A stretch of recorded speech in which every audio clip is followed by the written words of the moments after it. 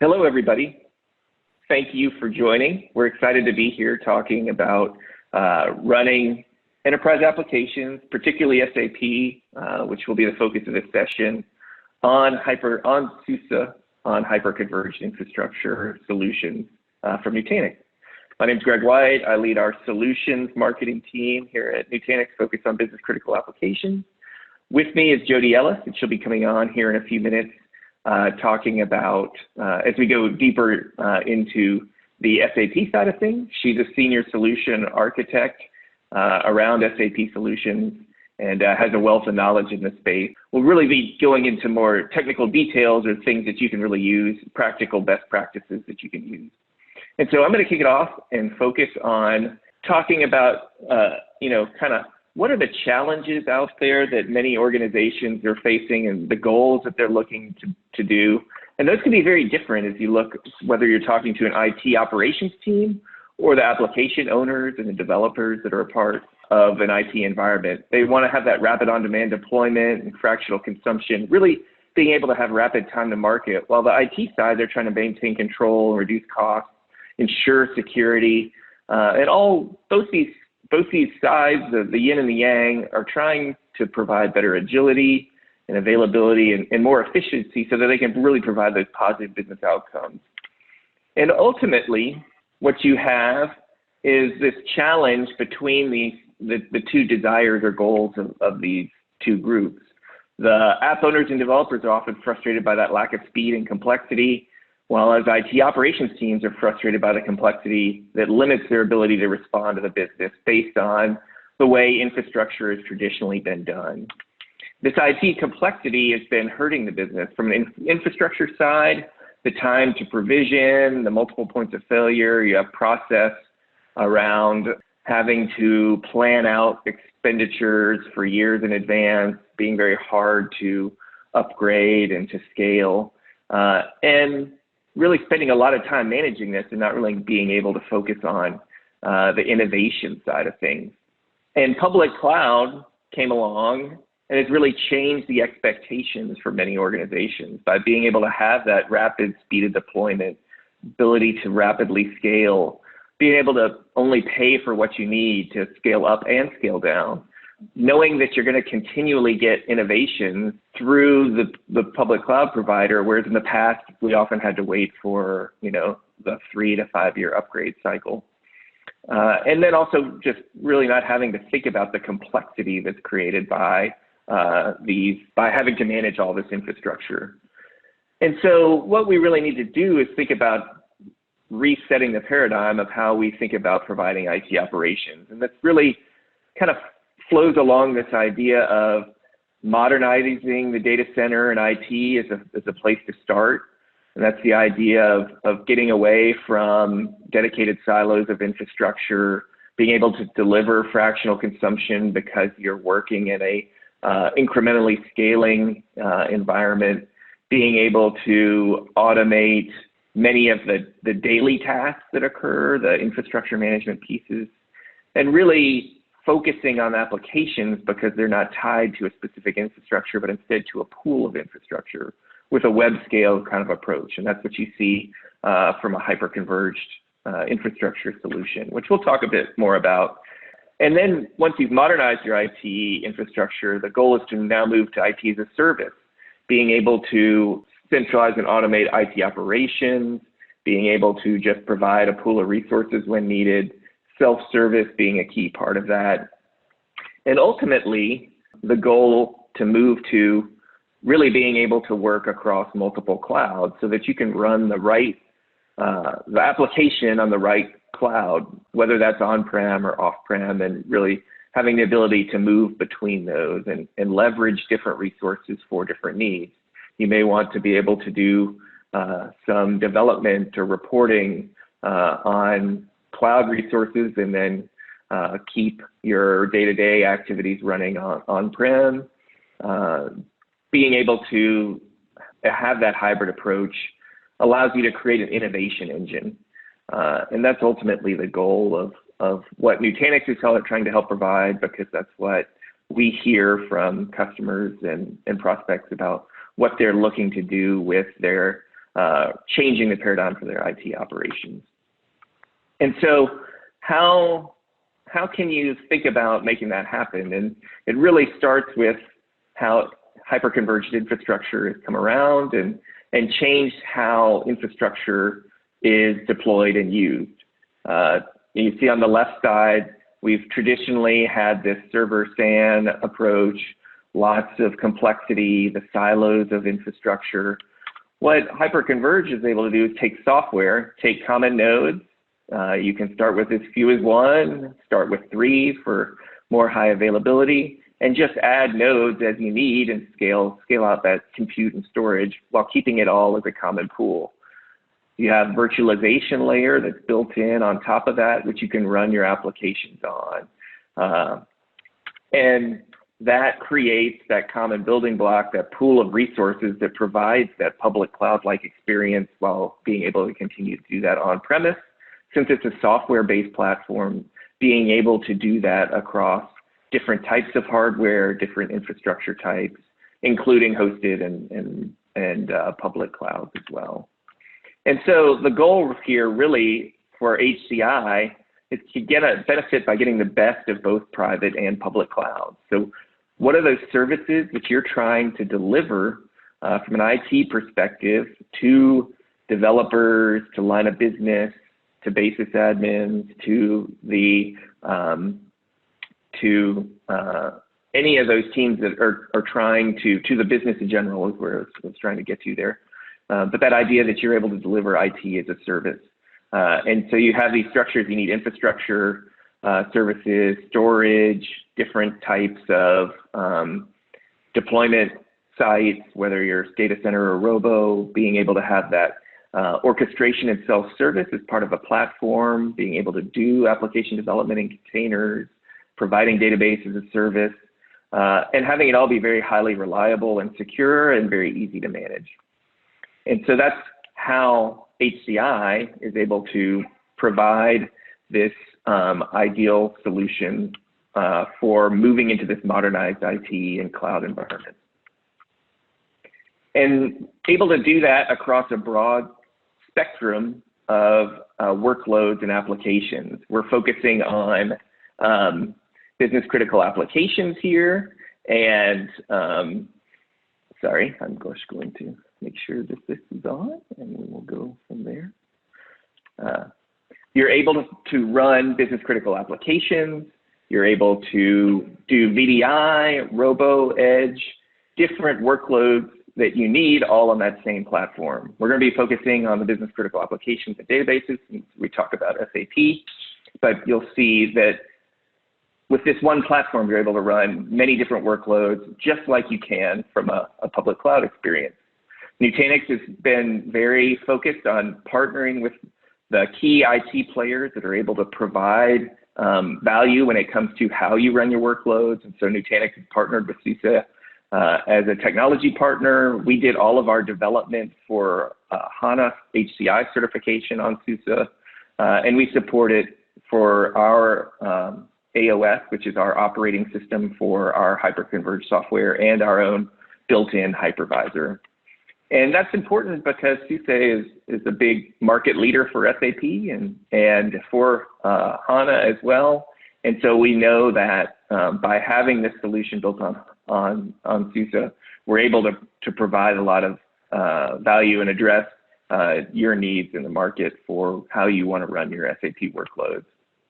And so to wrap up this intro, just kind of highlighting what we think are the opportunities for hyperconverged infrastructure and for changing really how you think about delivering infrastructure for applications.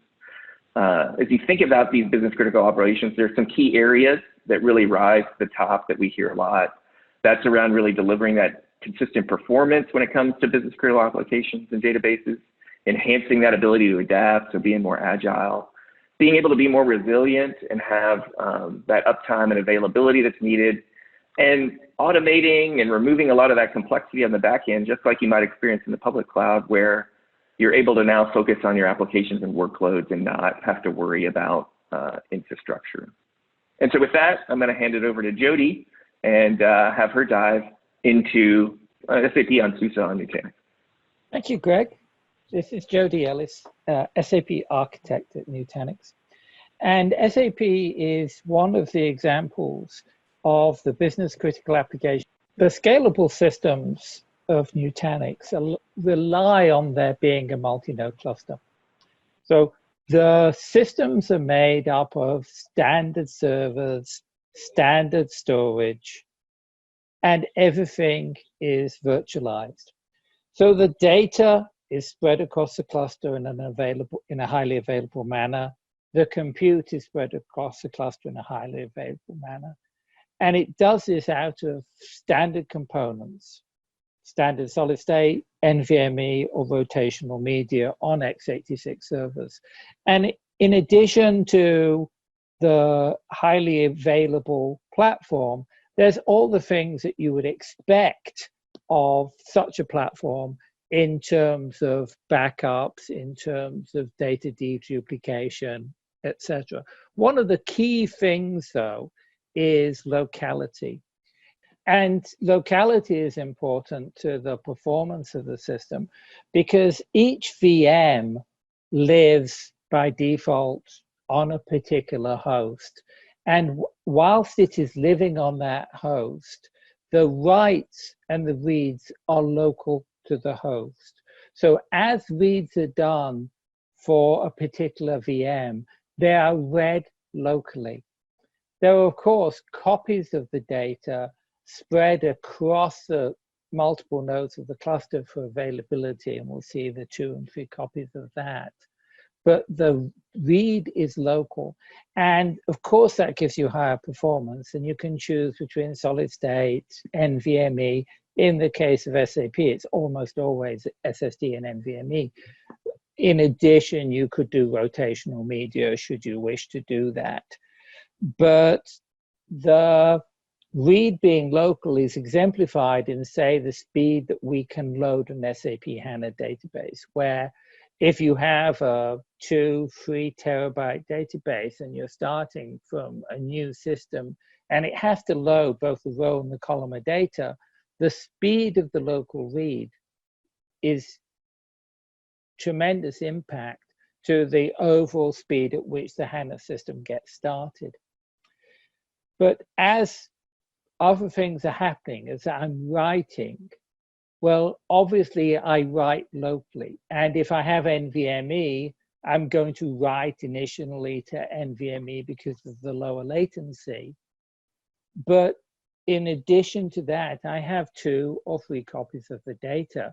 So though I write locally, I also have to have that data securely placed in another node within the cluster before that write is committed. So when you get a commit for a write, you know that depending on whether you have 2 or 3 copies of the data, those copies of the data are securely written to one of the other nodes in the system.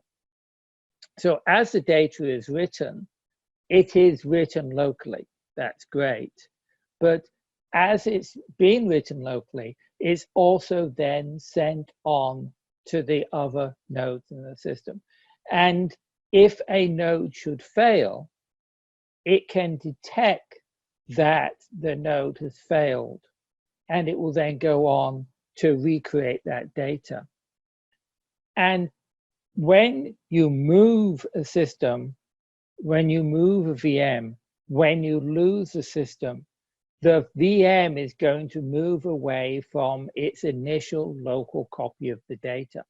And because it has moved away from its initial local copy of the data, if purely the VM has moved, then it can still pick up the storage from where the original node was. Obviously, this would be different in the case of a node failure. But if the VM was simply to move because of load, then it would continue picking up the data, but move to data locality.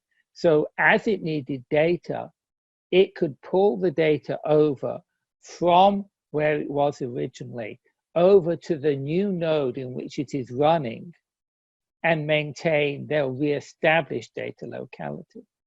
So what this happens is that if you allow your VMs to make use of a pool, and it's inherently a cluster, then as your VMs move, depending on capacity of the individual nodes within the cluster, the data locality will be maintained. Initially, the data read may be across nodes, but as the reads are read and as the writes are written, data locality will be reestablished. When a node is failed, when the controller VM is no longer functioning, then that node's storage will not be available. Should the node fail, or should the access to the node, which is through the controller VM, fail, then other systems will take over from that server.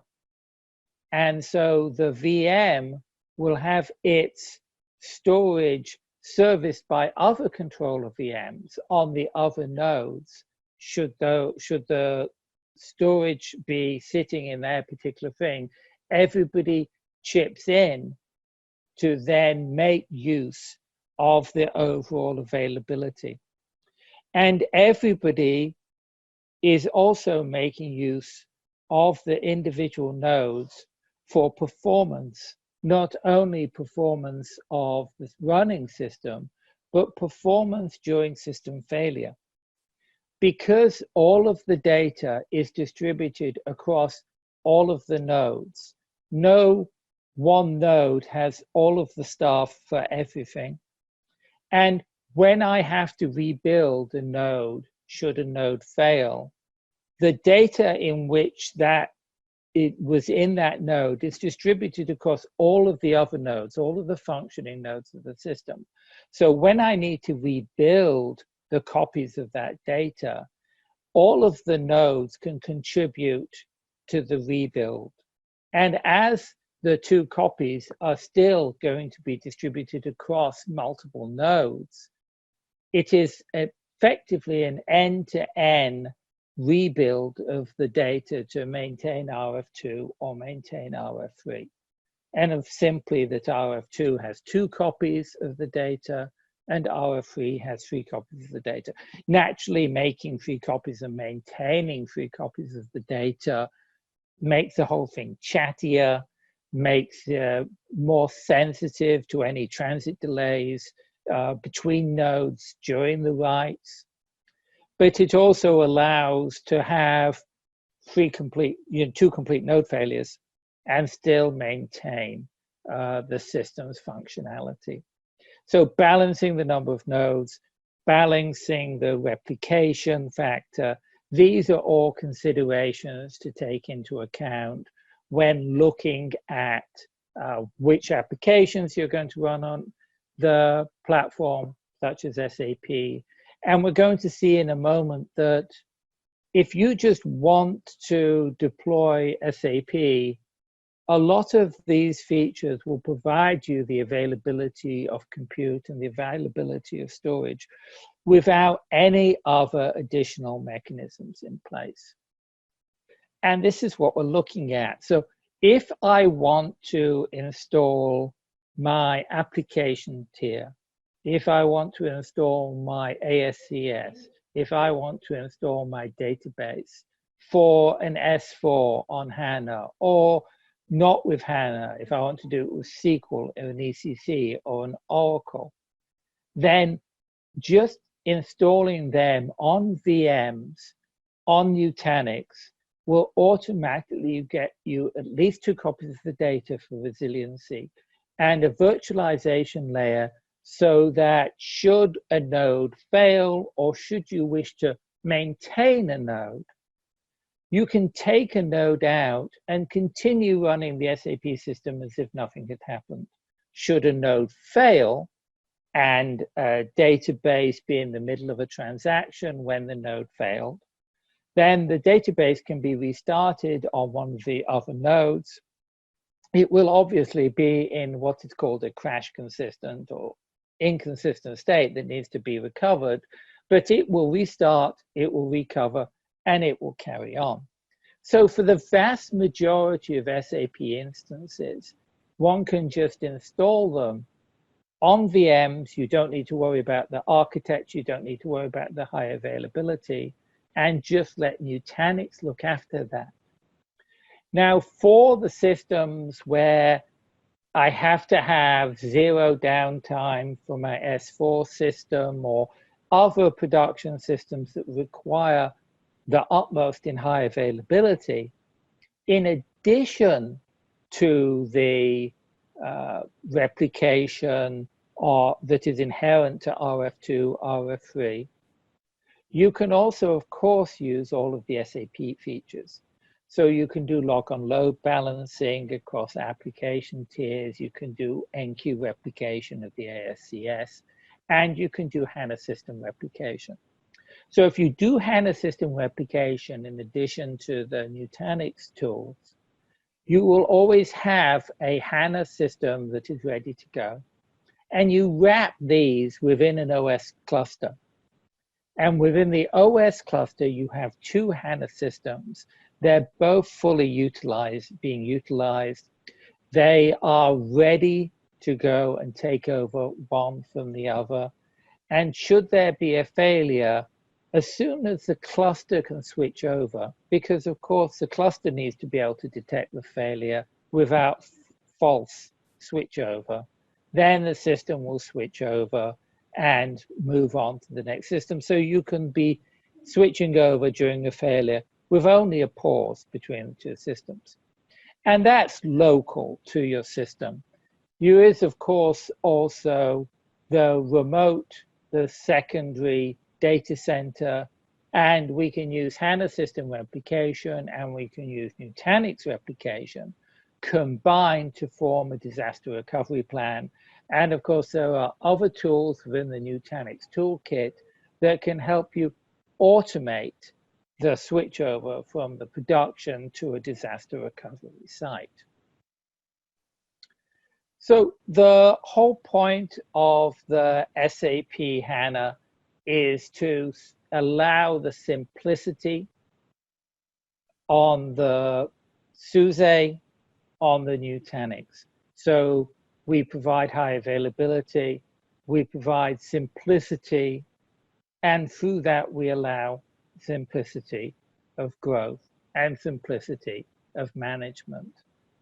And that is perfected in the multiple nodes, multiple landscapes. The more landscapes you have, the more clone copies you want, the more availability you need, the simpler it is to put into a cluster. And when you put it into a cluster, then the day-to-day operations of the infrastructure is incrementally simplified. And so, as I mentioned, the value of this, if you have one business, one instance, that's probably not good on a cluster. But the more instances you have, the more landscapes you have, the more clones that you have. Here, the advantage of the automation of Nutanix brings the quality of high availability through the SUSE cluster and the SUSE operating system, the ability to clone, to thin provision, to park instances, and then replicate them from one site to another site, from a private cloud to a public cloud. All of these things that are inherent to Nutanix are also of great benefit specifically to SAP. The clones and the snapshots, all of these are allowing a simpler way of maintaining and restoring data availability, reducing the cost of maintenance, the time of maintenance. The rolling upgrades, for example, can allow your cluster and your hardware to be maintained outside of a downtime window. This can be maintained in the background so that downtime windows can be used specifically for the SAP work and not having to worry about the underlying infrastructure. But the snapshots the cloning, the import, as well as availability of the platforms can increase and simplify the data availability, not simply it to be available as is, but how quickly a table can be restored, or how quickly a clone can be made, or indeed through automation, an entirely new landscape can be brought up. This is exemplified by SAP, and various customers are using SAP both with legacy databases and with HANA databases on Nutanix. This particular example is one of our customers who is implementing a new, or who has implemented a new S4 system. And after analyzing their different options to deploy SAP, decided that the best solution for them was to deploy it on Nutanix for the availability and for the cost reductions that were provided. So this was SAP HANA. As I say, this could be SAP with legacy systems also, but HANA has high performance. We were the first company who did the certification for HCI for SAP HANA. And so this is one of our premier customers. And I think Greg has another example of a customer. Yeah, thanks so much, Jody. Great coverage there and information. Let me see. So another customer I wanted to talk about was Vita XL. They are an online retailer in EMEA, and they had some legacy infrastructure they were looking to replace, and really looking for an opportunity to leverage this idea of a platform, this common pool of resources to deploy a suite of workloads, with SAP being a big one of those, as you can see here.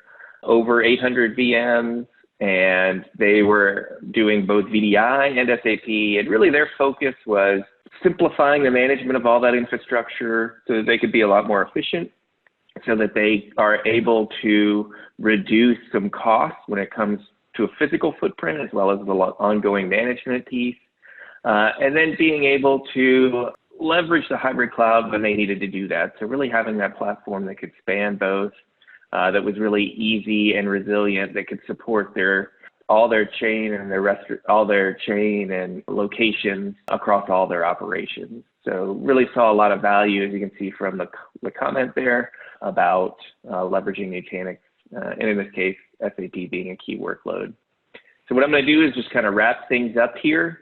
From a understanding, if you're not familiar with Nutanix, we've been around for over 10 years now, and over 4,000 employees, and have really helped pioneer this space for hyperconverged infrastructure, and taking that as a building block into building this cloud platform that provides that on the public cloud experience, on-prem and hybrid, so that you have that flexibility to run any application on the cloud if you're choosing. Here's some analysis of Nutanix, and you can see on the left side is the Gartner Magic Quadrant, where we're up in the upper right-hand corner in the leaders space, as well as the same when it comes to the Forrester Wave, and a few comments from there. But I highly recommend you can view these papers, the full papers on the Nutanix.com website. So if you'd like to really dig deeper into this, and it includes coverage of other hyperconverged offerings, so you get a sense of what's going on in the market, with a real focus on the ability to get a better understanding, educate. And so these are great resources to use. And lastly, one of the things I wanted to highlight is Nutanix really takes a customer-first approach to what we're doing. And that shows in our customer satisfaction ratings, as well as our Net Promoter Score, which is really a phenomenal, both of those really being phenomenal personifications of the efforts and our focus on ensuring a good customer experience. And we're happy to see that come back with the satisfaction of our customers, and one of the things that we take a lot of pride in. And so as we wrap things up, I wanted to share a few call to actions for you. If you'll go to Nutanix.com/test drive, you have the ability to have a fully functioning Nutanix software experience delivered through the public cloud, so you don't have to deploy anything, and it's all free. And so that's a great way to really get a demo and experience hands-on for what it's like to work with Nutanix. And there are some walkthroughs in there that help you understand everything. Highly recommend that as a great opportunity to learn more. Nutanix.com/SAP when it comes to the SAP side of things that we've been talking about. We also have information on our SUSE relationship there. And you have the ability to schedule a meeting if it's something that you're interested in. There you can see a couple web aliases to do that. And we can do demos, set up meetings for you through that route. So thank you so much for the time, and hope this was helpful. I hope you learned a lot about how business critical applications and SAP really run better and provide you the opportunity to modernize your IT, to deploy, IT as a service and move to a hybrid cloud model using HCI as a building block and the way we provide that from Nutanix. So thanks again to Jody, and reach out to us through one of these calls to action.